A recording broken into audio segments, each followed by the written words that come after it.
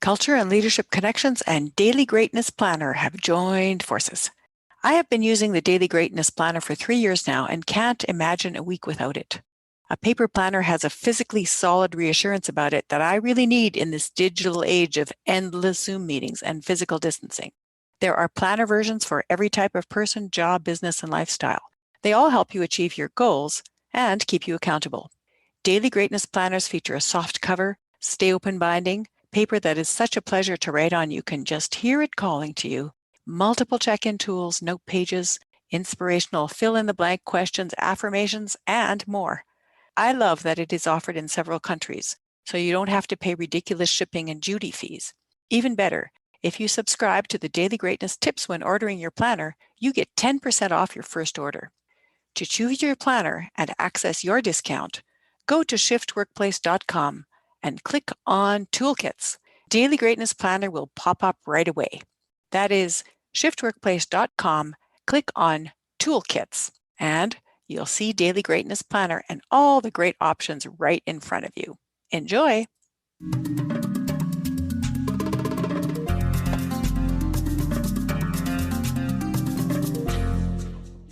Hello, everybody, and welcome to the Culture and Leadership Connections podcast. Today, I am absolutely thrilled to have as my guest Linda Kavelin-Popov, who is the co-founder of the Virtues Project and is a best-selling author. I first came across Linda Kavelin-Popov when many years ago I attended one of her workshops on how to become a virtues facilitator, and I have been following her work ever since. Linda was raised in the Baha'i faith. She has 2 brothers, and they had people of many nationalities and races visiting their home who were a part of their family, and they were part of an international community.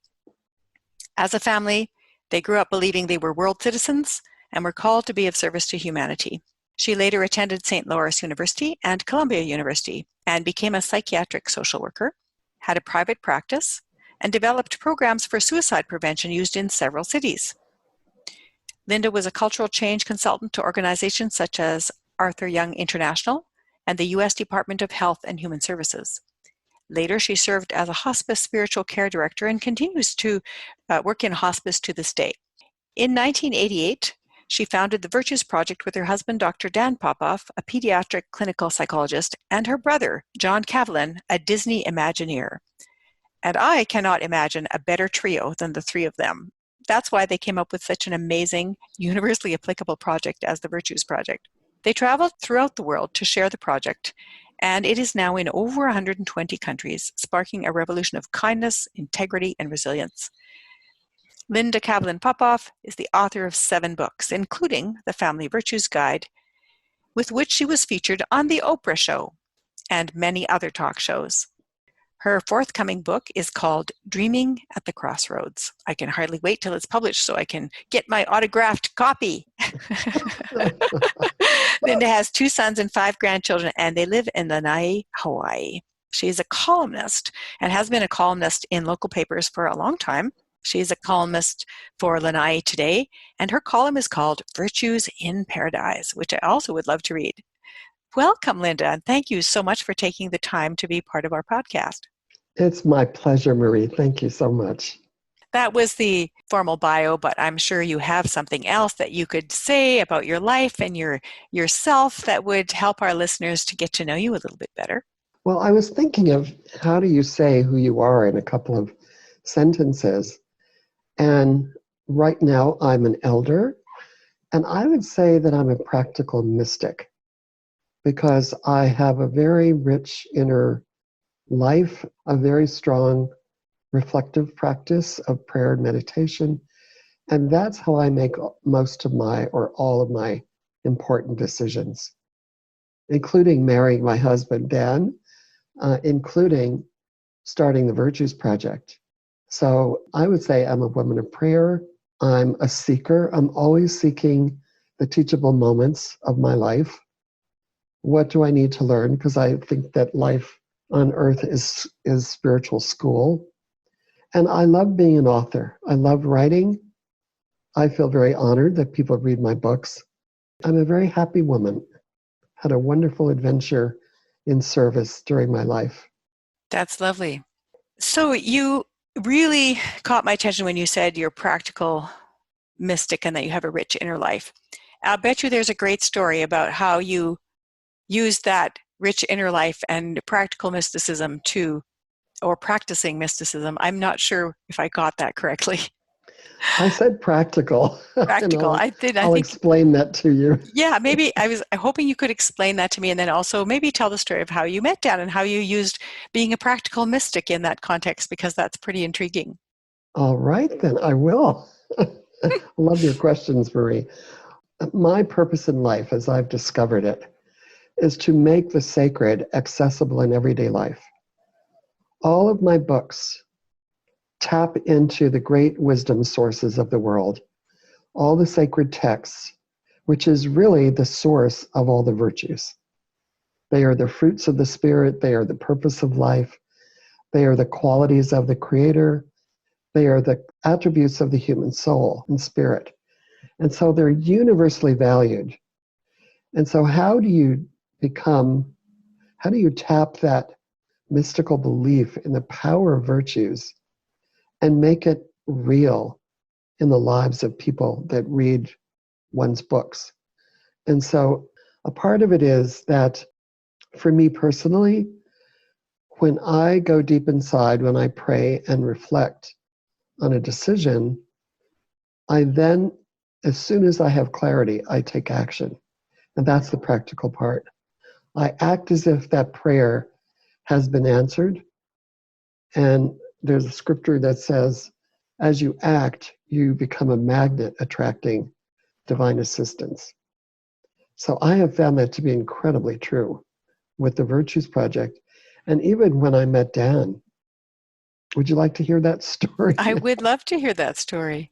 Well, I have been divorced from a first very codependent marriage, very unhappy marriage, and I had 2 children.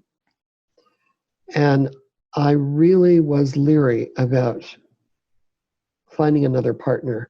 But there came a day when I thought, I really do want someone in my life, but I only want someone that is really on a similar spiritual path, someone who has a very strong sense of purpose, because I do. I have a very strong sense of destiny, of service. So I needed somebody very special. And I was at a conference in Montreal, and I was speaking at this conference, and during a day off, I took a walk by the canal, and I prayed, and I said, Lord, if you want me to have a partner, you have to do the picking, because I'm not good at it.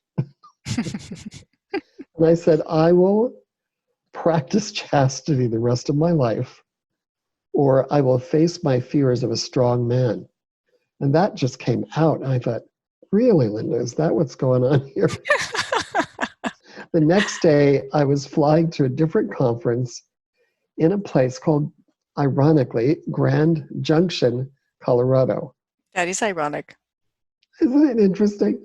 So it was sponsored by the Baha'i community, and it was the fascinating topic of spirituality and sexuality. And so that was the topic that I was keynoting. And I actually, before my talk, there were several speakers. I wasn't the only speaker.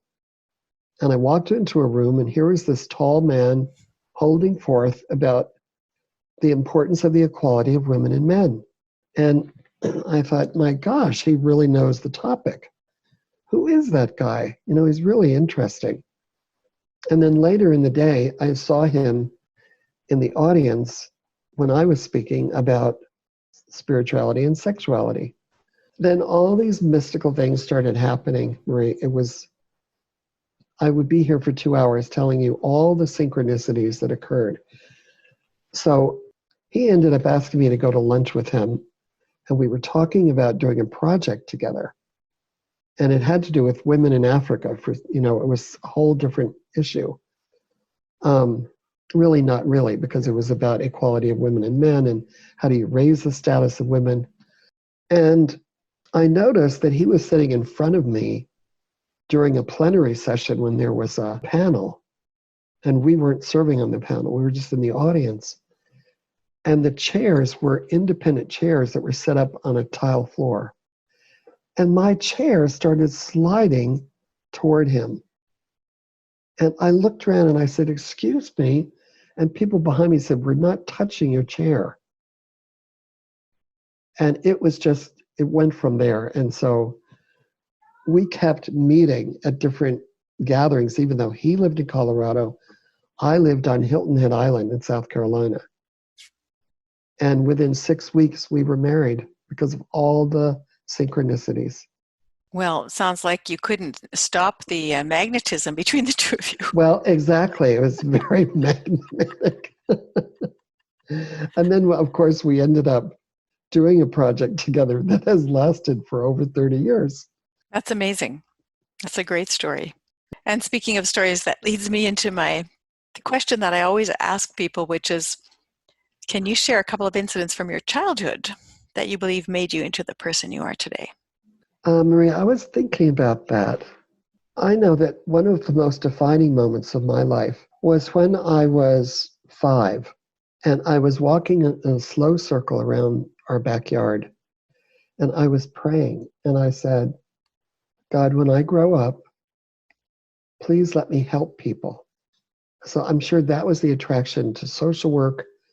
That was the attraction to create a project to help parents raise children of kindness and respect and love and service. And I'm thinking of another time when I was in elementary school. My brothers and I were in a school in a very, what should I say, kind of ritzy town in Long Island. And when we were in school, you could draw a line down the middle of the cafeteria between the black kids and the white kids. And because we were Baha'is and because we didn't believe in accepting racism, maybe just because we had friends on both sides, we just went wherever we wanted. We sat at the lunch table with our friends. So sometimes we were on one side and sometimes we were on the other. And people teased us about that, but we didn't have any problem with that. It didn't affect us. Because in our family, we were always with people of diversity. That was part of our community, our Baha'i community. So it just seemed so bizarre to us that other people didn't believe in the same things. But we learned to be tolerant and we learned to be accepting of being taunted as Baha'is. But truly, we used to give something called firesides where we would share the faith with other kids. And you couldn't even walk in our living room. It was packed with kids from school, in high school. So they were all around the floor, and I gave my first talk at one of those firesides. And it was a tough gig, I'll tell you, with your own friends sitting around on the floor and on the couch. And I remember 2 young men from another faith came to try to upset the evening, I guess. And I just kept welcoming their questions. So they finally just stopped talking. But we had a wonderful discussion about the oneness of humanity and equality of women and men and other things that they really were very interested in.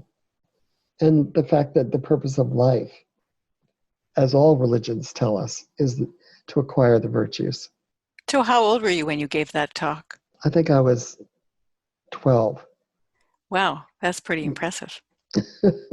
So you were 12 years old when you gave your first talk in front of a group of your peers on a topic as controversial as religion and spirituality. That takes a lot of courage to do that. It does. It really did. It took a lot of courage. I was very scared. And I was reading notes that I'd made. And also, I'd have trouble speaking out at school when I was younger. It just petrified me to talk in front of other people. And I knew that I had to get over that. And then, of course, I ended up speaking in front of thousands of people. So that was one of those phobias that I really found that through turning to my inner strength, I could resolve it.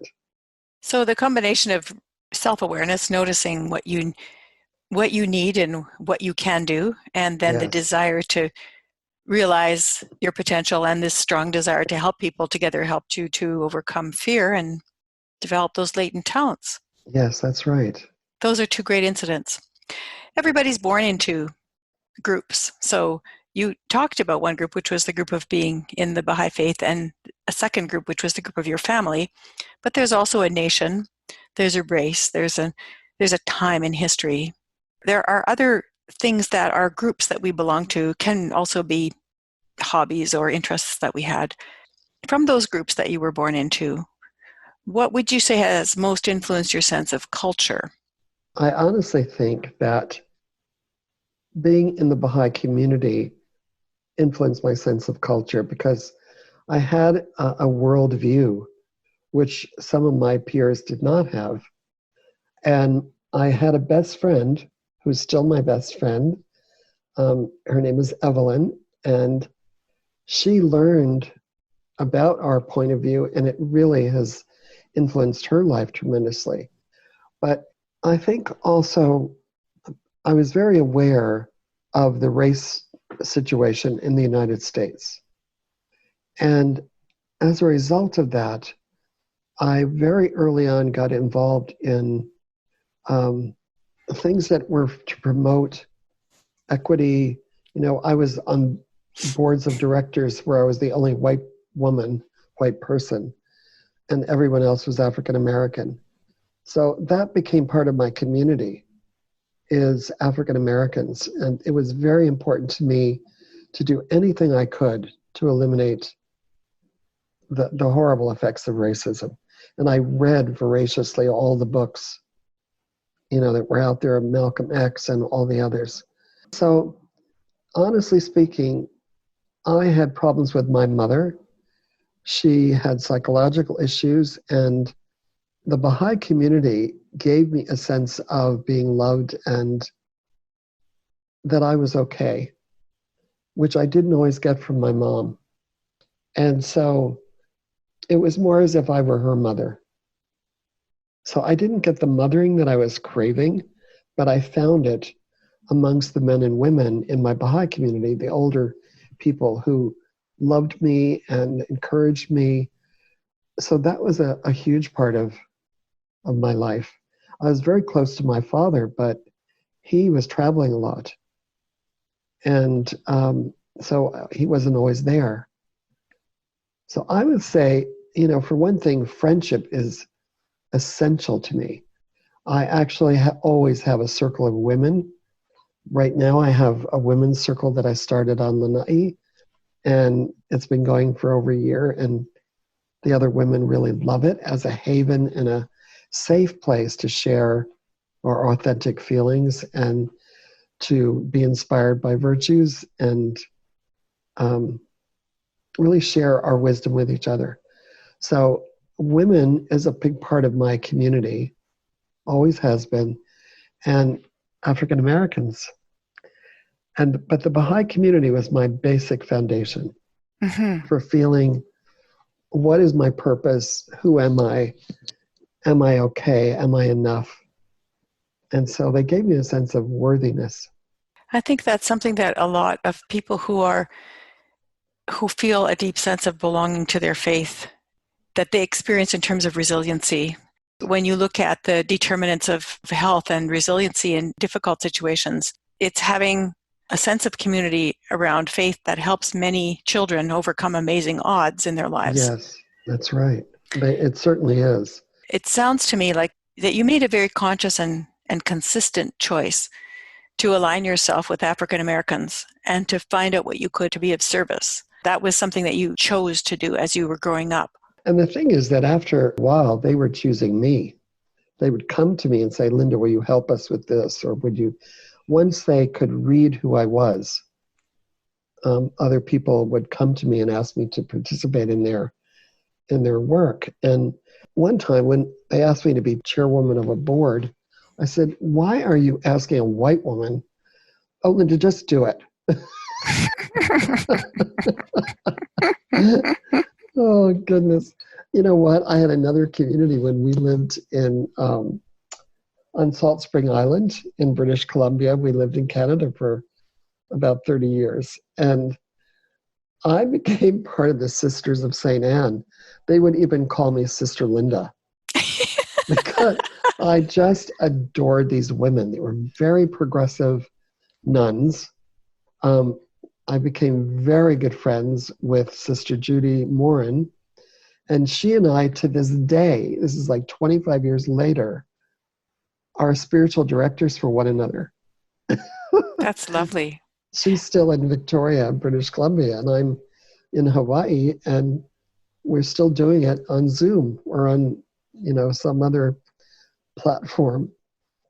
And I love that kind of real interfaith, not just acceptance, but enjoyment of different ways of seeing the world and seeing God.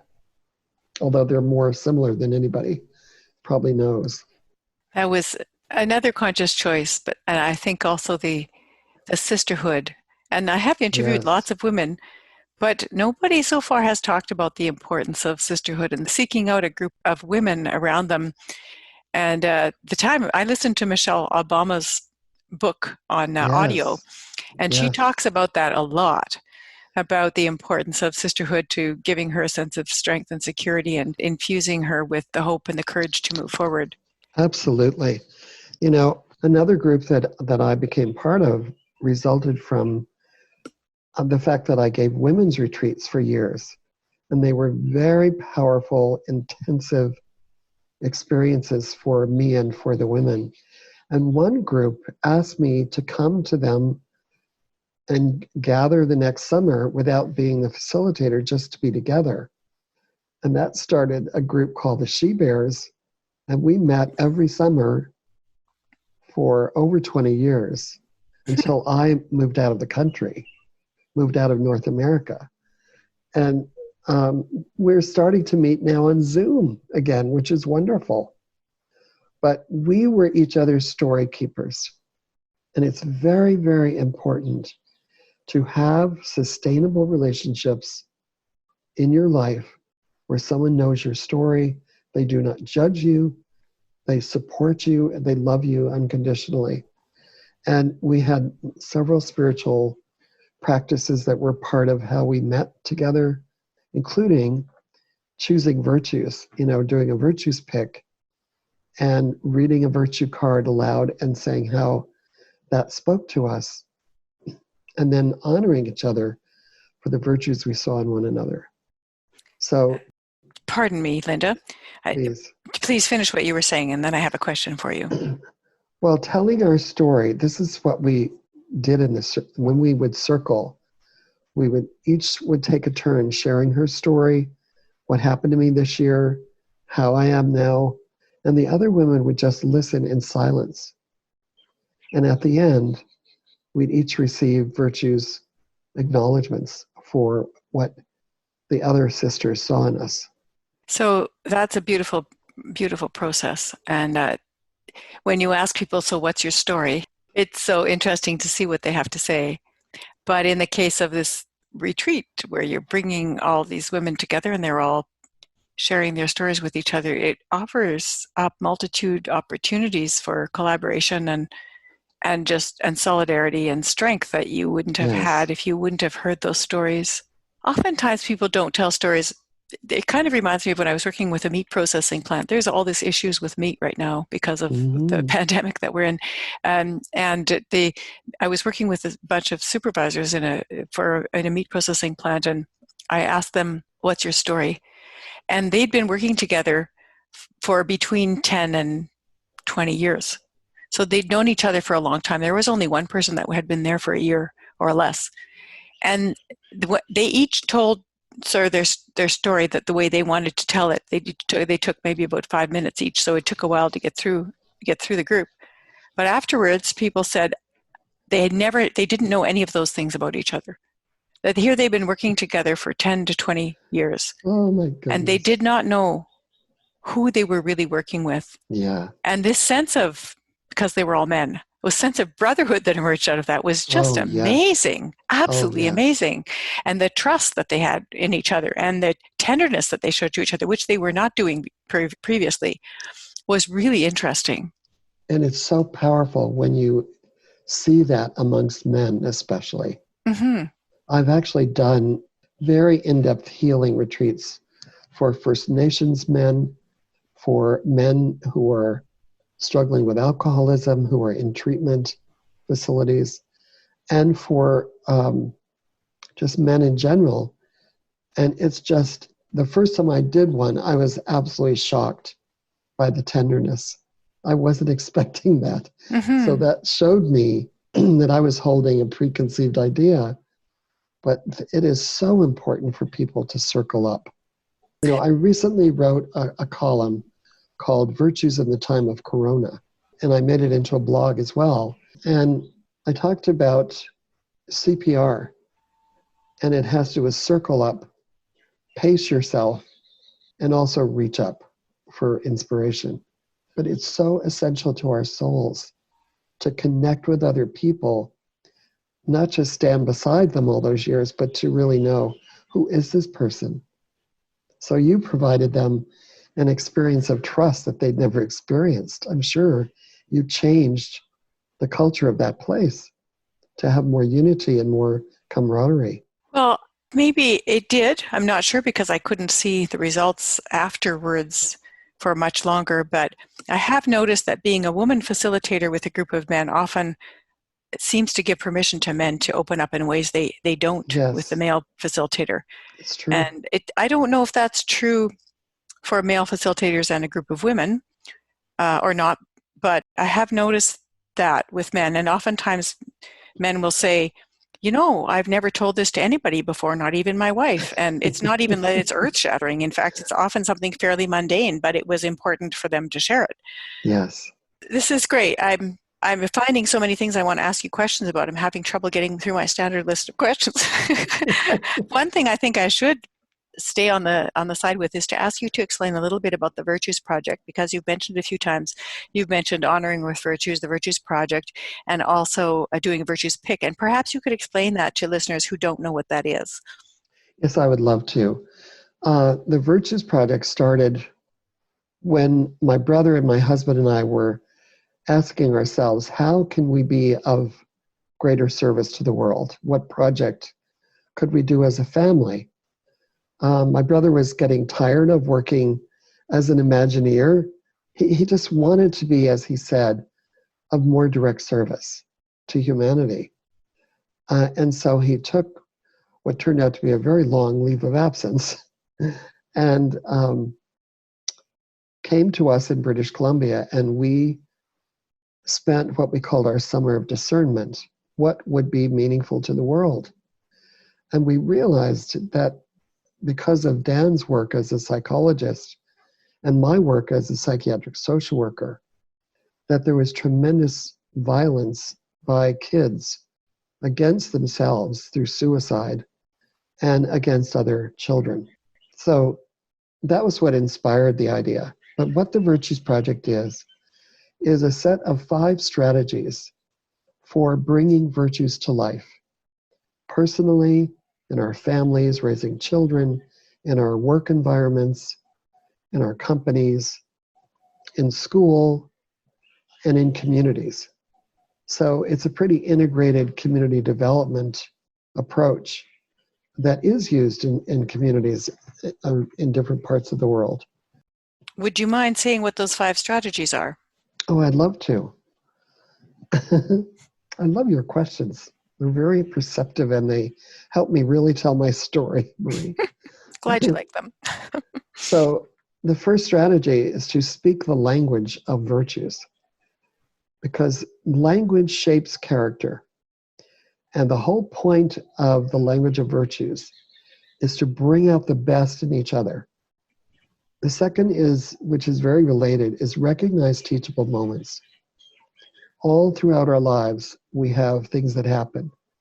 If when a child is playing and all of a sudden another child bumps into them, and they lash back. That's a teachable moment for tolerance, for peacefulness. Set clear boundaries Mm-hmm.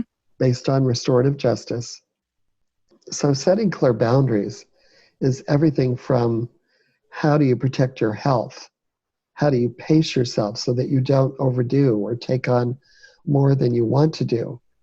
To having clear family guidelines about how we want to treat each other. It's having a class agreement, a class promise of how we will treat each other this year and having that as the standard. Honor the spirit. Honor the spirit is treating every human soul with the dignity that they deserve.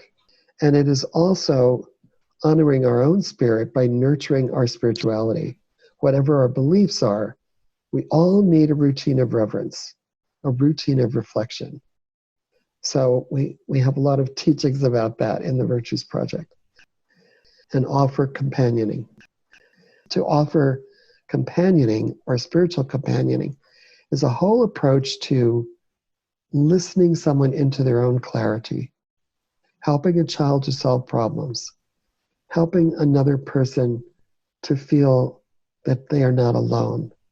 And I really learned that in working with the dying and their families, because so many people wanted to fix their partner or make them cheer up. And you can't do that without people feeling isolated and alone. They need to tell you what they're really feeling. And with companioning, you empower them to move forward after they've emptied their cup. There's always a pearl of truth that they find at the bottom of that cup. So it's a beautiful art, and it's something we all need. Lovely. And I know people can learn more about that if they go to virtuesmatters.com, where there are workshops and that sort of thing. There's a Virtues store as well, and there's a Virtues Cards app, so people can find out more as we go through it, because I think that's been a pretty significant part of your life, and it's simply one of the most important healing tools that humanity has always had at its disposal, that it's becoming more conscious right now. That's right. Marie, I'd also like to have people look at virtuesproject.com, which is the mother site. Right. So both of those, Virtues Matter and Virtues Project, are, and also if they want to learn more about my books and blogs, they can go to lindakavelin.popov.com. Great. We will make sure we have all of those in the show notes. So now I'm going to switch back into where I was before with the questions. We still have a few more that I'd like to ask you. So it sounds to me that, and you've already answered the question I usually ask, which is what aspects of other cultures have you adopted into your leadership style and your sense of self? But would you like to say anything more about that? Well, it's interesting. I've found that when I work with many different cultures, and I've had that bounty by traveling all over the South Pacific, throughout Europe and Asia, and everyone resonates to the virtues. And this leadership style that I've developed, and then I encourage others to develop, is primarily based on appreciation. Because most people, if you interview a staff of any organization, as I used to do as a management consultant, you'll find out that the biggest problem, even at a hospice, is people feeling unappreciated. They feel criticized. So we need a culture of appreciation. And when you're in a basic positive culture where people feel valued, then there's no problem with bringing up how can we improve things. Let's work on this. Let's think about that. There's an openness to change and innovation because people don't feel threatened that their basic contribution is devalued. I remember a moment when I was working with the cabinet of the Prime Minister of Vanuatu, and the people there are taught in school not to speak out. So when you're giving a seminar to them and you're asking questions and they sit there in silence, it's like, oh my gosh. So I learned to put them in small circles, and then they didn't shut up. They were really let it. But then I would learn to get up close to them, and they would ask me a question. They would whisper a question, and then I would repeat it for the group. And I remember one fellow who was the Minister of Finances, and he said, Linda, is it true that I have all these virtues inside of me? I just have to practice them and then they're coming out? I said, that is exactly right. And right now you're showing the virtue of courage to talk to me. He said, yes, it did take a lot of courage. Mm. So it was just, I've learned so much from being with different cultures. And most of all, I've learned that we all universally value the virtues, even if we practice them differently. Yeah, and you learn to reach out to what would work for that individual or that group, Yes. and to adapt whatever it was you were doing to make sure people felt safe and could continue the process. I think that's a very discerning point because they have to feel safe. And one of the ways that I've learned to create safety, for example, when I was working in prisons, I'm there just for the day. They don't know me from Eve, and they are watching me like a hawk the first 10 or 15 minutes. Is this lady for real, or is she going to preach at us? And what I do is I reveal something real about myself, a teachable moment I'm going through, and I talk about how the virtues help me. And the minute I do that, everybody starts breathing again. So I think we have to be very authentic if we're going to work with other people.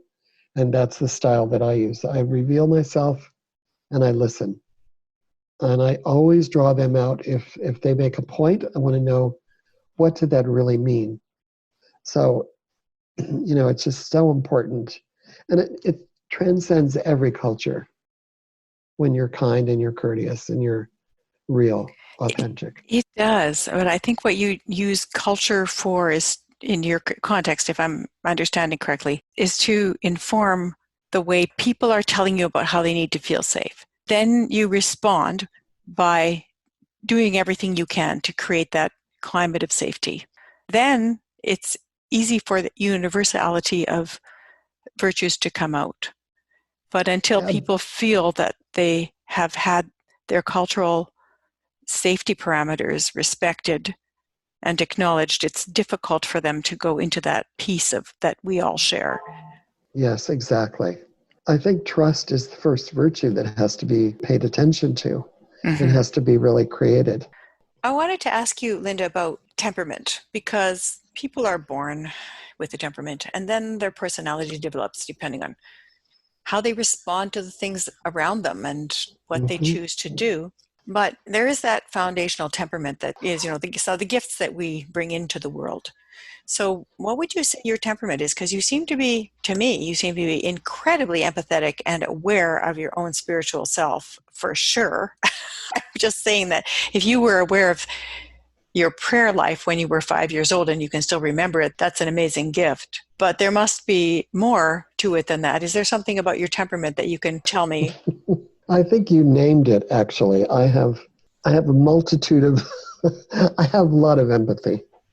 And I think some of that developed because my mother struggled with depression, and I was her counselor from the age of 4. And I mean, it was a very serious depression. No one else in the family either knew about it or paid attention to it. And so it was a secret. But I learned how to listen to my mother and how to talk her out of self-destruction. About 10 years ago, my brother John was diagnosed with terminal brain cancer. And that just about gutted me because I just adored my brother John, still do.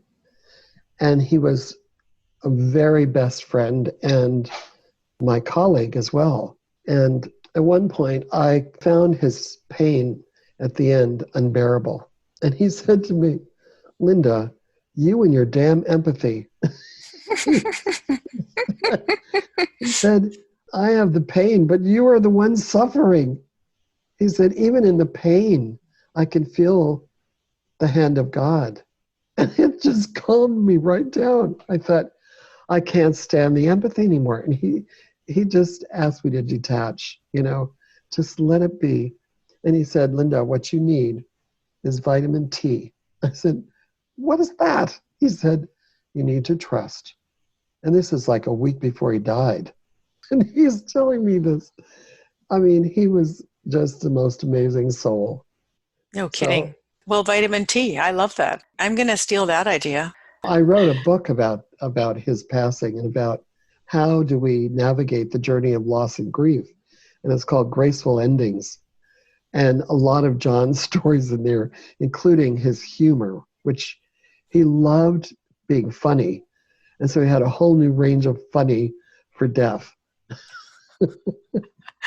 I'm going to have to read that. So yeah, so temperament for sure, empathy, and then maybe you already had the vitamin T. You just needed to call it forth because you seem to be able to do Oh, it. yes. I had lots of vitamin T. I did have a lot of trust in God, but I would lose it if the empathy took over too much. I would think, how can you abandon him like this, Lord? But John wasn't feeling that at all. That's the So thing with virtues is you can go overboard with them. They become a vice if you go too far. that's right. What I've learned is that to stand on your holy ground, you need one foot in one virtue and one foot in a balancing virtue. Yes. So empathy is balanced by detachment and forgiveness. You also have to have justice. They do go together. You can forgive another person, but you need to also forgive yourself by standing in a place of justice. How will I set boundaries so that I don't allow myself to get in that position again? That would be also an interesting conversation too, to talk about which virtues balance each other out. And there are Yes. probably clusters of virtues that Oh, balance each other yes. out too. So you have also mentioned a few times when you became aware that your own cultural understandings and probably your own inner understandings were specific to you, not just normal. Yes. Yes. I mean, you must have recalled some point in your life when you realized that being your mother's counselor and having to talk her out of depression was not something that other families had necessarily the same experience with. I imagine that when you met all these people from different cultures in your home, that there were good times and difficult times that you would have needed to negotiate. So can you think of a time when you became aware that your cultural understanding was specific to your culture or to your experience and Well, not to the other person? I think being with other kids, like I would visit a friend's house and I would start talking to their parents, and the parents would start asking me questions. And there I was talking about God and world unity and all this stuff. And they looked so surprised. And that's how I learned that our family was somewhat unique. But what I've really loved is when I've become close friends with people of other faiths, like Judy as a Catholic nun, or I have very close friends. I even have family in the Cook Islands who are Mormons, are members of the Church of Jesus Christ of Latter-day Saints. And learning to understand their viewpoint is very enlightening to me. I mean, there are so many different ways people conceive of just the purpose of life or God. I think the unifying bits are the virtues. Everybody believes in love and courage and honor, but these concepts that come out of different belief systems, it's very important to see and understand other people's perspective. For example, when we were in Europe, traveling through Europe on a book tour with the Spanish Family Virtues Guide, for example, I learned that in many countries in Europe, religion is very frowned upon. And then in Australia, because we have quotes from different faiths in the Family Virtues Guide. At the beginning of each virtue, it's a quote from one of the sacred texts, and then we go on to what is the virtue, how do you practice it, why practice it, and so on. But I really found that the virtues were the one thing that they could relate to, but they didn't want to hear about the spiritual source of them. So that was very interesting to me. And I've learned to respect people that are non-religious, that are non-theistic, because they deserve to have an active practice of virtues as well.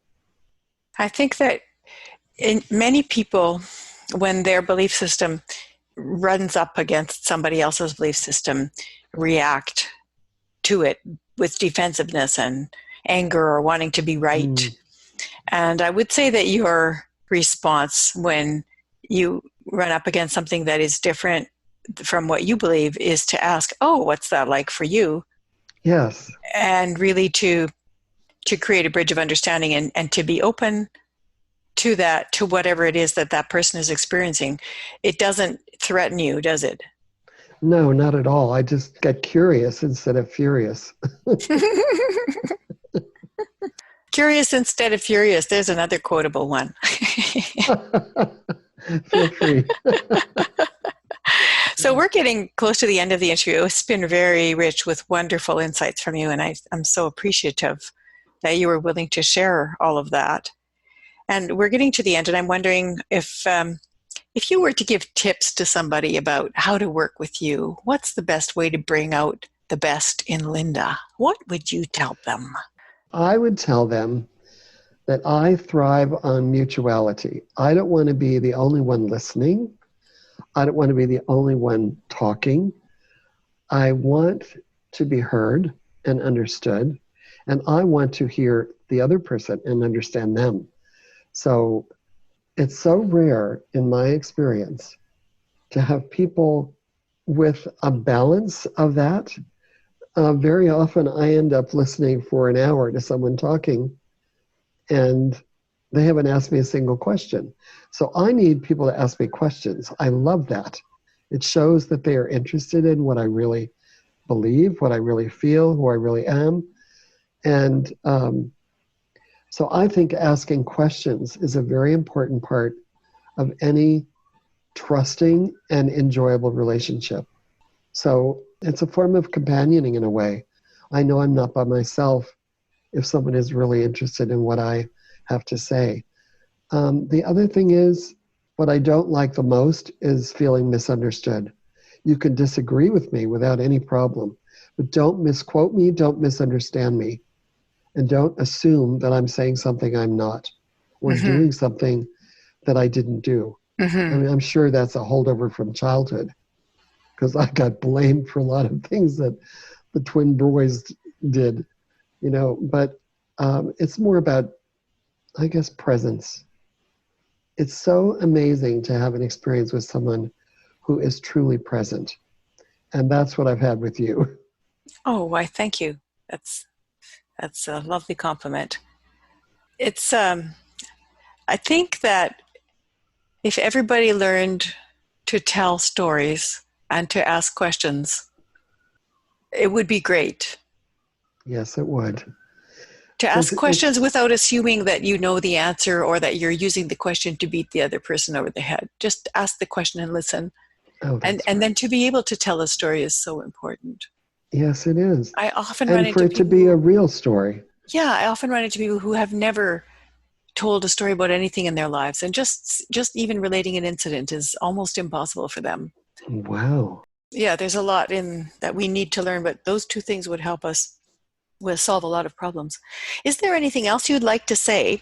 I would like to see parents begin a child's life by respecting their story, the child's story. And if something goes on, to say, what happened? What was that like for you? What were you feeling? Help the child become self-aware so they can tell their story, and then invite them to practice a virtue. So I guess it's something I'm thinking about, that if we all could begin our lives by feeling that we are being honored as a human soul, that we will then have so much more to give to the world and so much capacity to tap into our own unique gifts. So I didn't really have that as a child, but I had it in private, in a way, with my prayer life. I felt that presence. And my goal in life really is to be that presence for others. And I think we all need to do that. And probably your childhood allowed you to develop that capacity with a depth and a breadth that you may not have developed had you received all the love and understanding that most children would expect from their mother. That's right, Marie. That's a very, again, perceptive comment, because I'm very grateful for what I went through.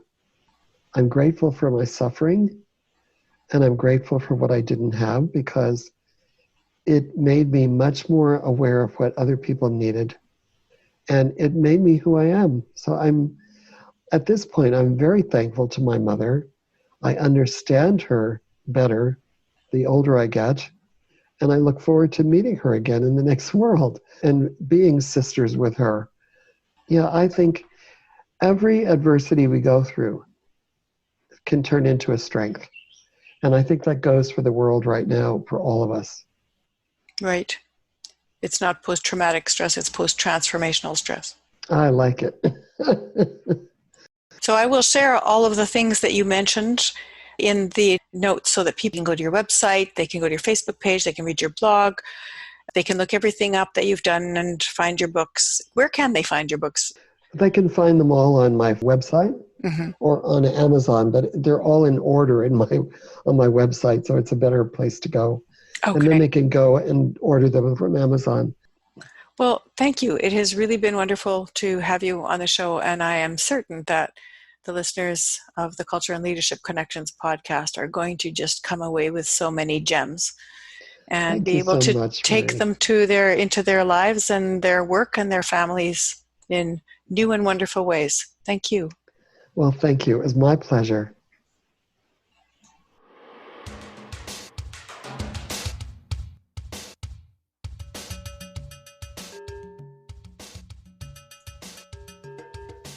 Linda Kavelin-Popov is a study in courage with grace. Learning to swallow her fear and forge ahead began as a young child as she cared for her own health-challenged mother.